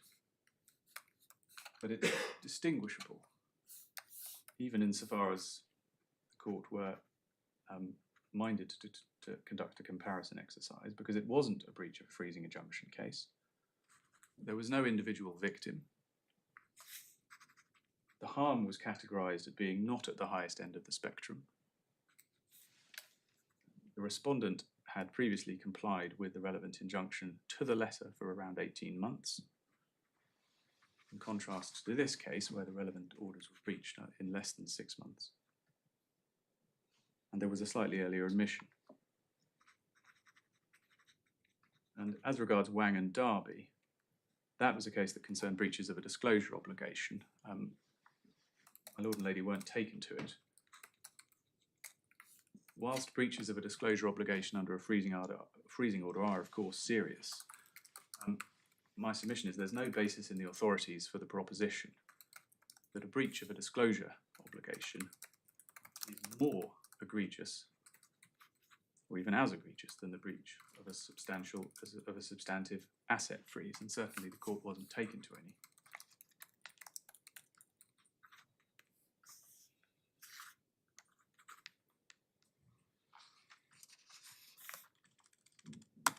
So, as regards ground one,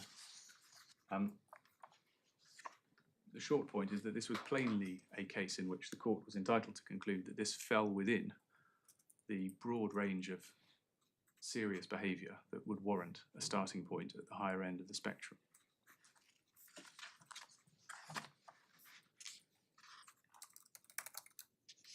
And in that regard, I do urge on the court, when considering their decision, rereading those parts of the judgment where the judge deals with the seriousness of this breach, which is not in any way challenged by my learned friend. These were knowingly assisted deliberate breaches,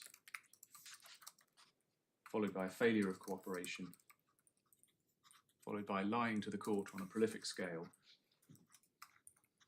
and no steps taken to return or undo the asset transfers. In my submission, that is about as serious a breach as could be contemplated in respect of a freezing injunction. As regards ground two, very briefly, it was left slightly unclear at the submission that my learned friend was ultimately making as regards this ground. But in my submission, there is simply no basis for any criticism of the judge's approach. The judge recorded the submissions that were made to him in terms of the mitigating factors that were relied upon. He dealt with them in his judgment expressly.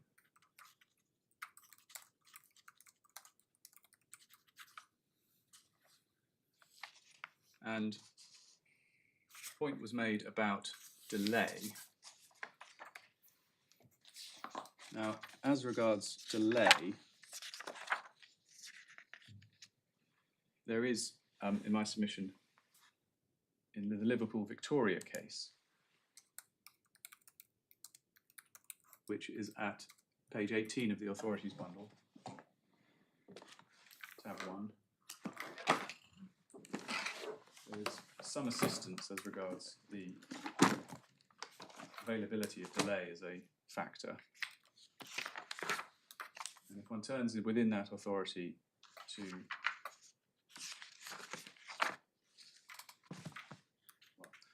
computer's just frozen, but if one turns within that authority to paragraph 67. It's okay, I think I can do it. Thank you. Paragraph 67.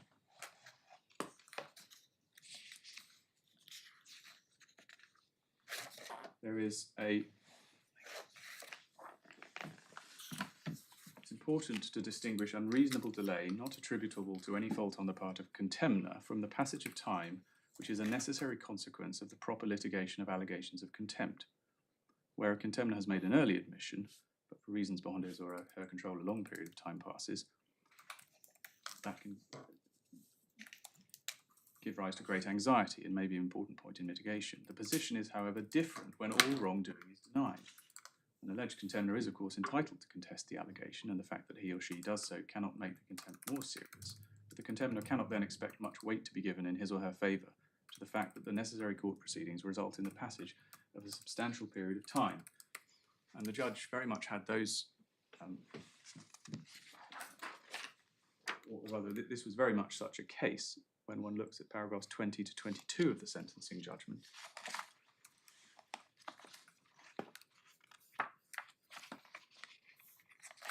At page 40, where the judge refers to the lack of cooperation, the fact that they've presented a united front in fighting the case, that they've had ample time to reverse what they've done.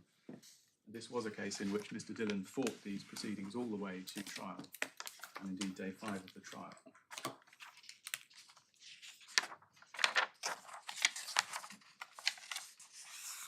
as regards the other factors, there was reference to a number of the subparagraphs referred to within the ground, but my Lord and Lady, all of those factors are addressed expressly by the judge. The value of the transferred assets versus the amount claimed, paragraphs 16 and 29 to 32, Mr Dillon's admissions, 34 to 37 and 44, Mr Dillon's apology, an expression of sorrow, paragraph 39, Mr Dillon's lack of previous convictions, at paragraph 39. And I should make clear that I don't take any point on the material that my lady took my learned friend to in regards to, that's not fairly open to me. No, but I was just curious. Yes. The current conditions in the UK prisons at 40 and 46, Mr Dillon's health, 41 and 46, and the impact of a custodial sentence on others at 42 and 46. So this is very squarely a case where the judge has correctly directed himself, expressly taken into account these considerations, has weighed them up, and has reached his decision. And in my submission, my learned friend hasn't come close to identifying any error of principle or any failure to give sufficient weight to any of those heads, or indeed anything which would remotely make this case one in which the judge had reached a decision which was so unreasonable as to be outside the generous discretion given to a judge, and therefore wrong.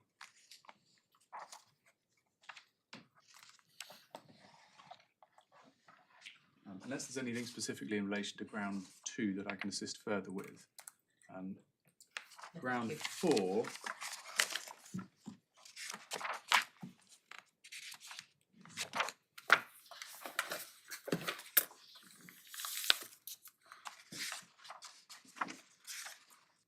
again, my learned friend didn't seek to press this particularly firmly.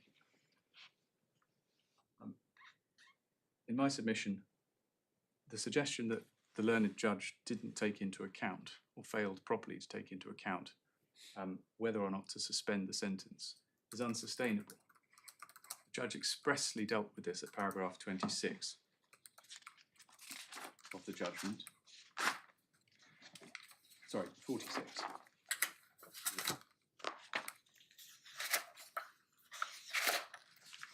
He devotes an entire paragraph, paragraph 46 on page 46, to the considerations of whether to suspend, and he then reconsidered that at paragraph 84 and 85, when an application was made to him following judgment to suspend for a period of time.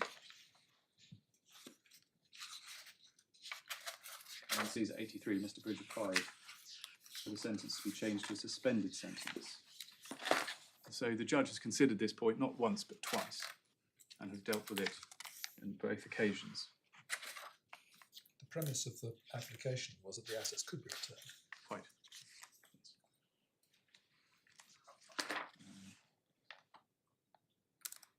Although, in fairness to my learned friend, I think the way that it was put was that it would give time to ascertain how they could be, if they could be.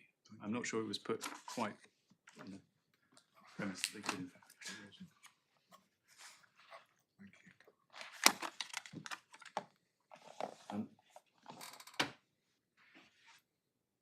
And in my submission, the judge plainly followed the guidance that is given in the citation from Crossland, which he referred to in his judgment. He took into account mitigating factors before deciding on an appropriate term, and then took into account, again, relevant factors in relation to suspension, including specifically the medical position and the support that Mr Dillon is said to give to his family. And so in my submission, ground 4 doesn't get off the ground. Ground 5, finally, the suggestion that the judge failed to distinguish adequately or at all between the defendants. The short point is that the judge firstly did distinguish. He dealt with them separately. And he distinguished between the defendants in the sense that he found that their roles were slightly different. He found, and there's no challenge to his finding, that Mr Dillon played a leading role and was, to use the judge's words, the brains behind the scheme, or the brains of the operation. And so that was a distinguishing feature. And so again, in my submission, the suggestion that he failed to distinguish adequately or at all, that doesn't get anywhere. There was also within ground 5 in the written submissions a suggestion that the judge had failed to give proper credit for Mr Dillon's admission. That wasn't pursued, or at least if it was, I missed it, and apologies if I did, on my learned friend's feet. But in any event, the 5% discount that was given was plainly in line with the relevant sentencing guidelines, if and to the extent that they are in any way binding. Those sentencing guidelines, which are in the bundle, provide that where a guilty plea is entered on the first day of trial, the maximum discount is 1/10, and that the reduction should normally be decreased further, even to 0, if the guilty plea is entered during the course of the trial. One has that guidance at Authorities Bundle 364. And it is also the case, as a matter of authority in this court, that there is no absolute rule that any credit has to be given for a guilty or an admission.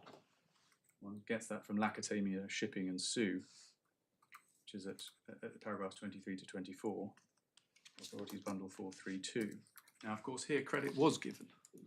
The fact that there is no binding rule that it must be, again suggests that the judge's decision in this, on this point was unassailable. Again, in the written submissions, there was a suggestion that the plea was only encouraged on the basis of the manner in which the case was opened. I needn't say more about that than the fact that Mr Dillon's evidence is that he had not considered the manner in which the case had been put.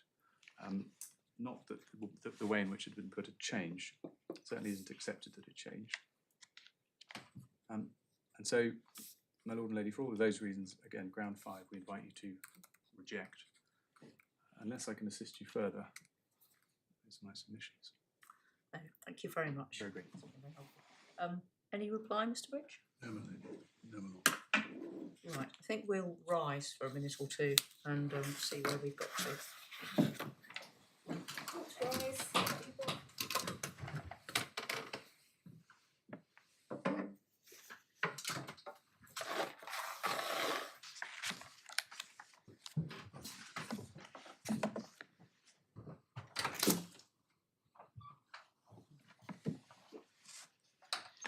Just let the live stream still. Thank you.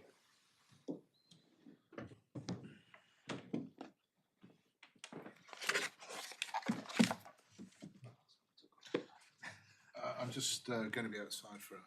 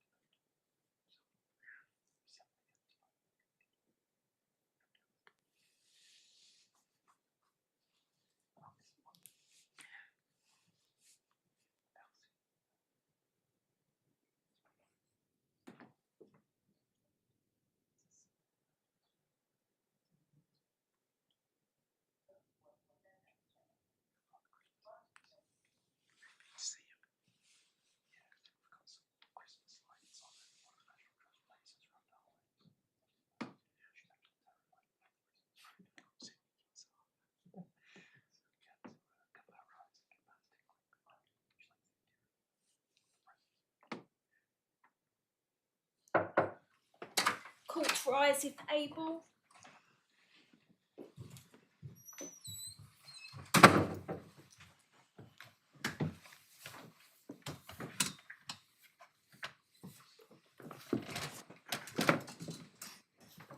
Well, thank you both very much. We've had a discussion about what happens next, and we've decided unanimously that the appeal should be dismissed. But we're going to reserve the reasons, and they'll be circulated at the beginning of next term. Thank you, my lady. Thank you Thank very you, much. my lord. Thanks very much.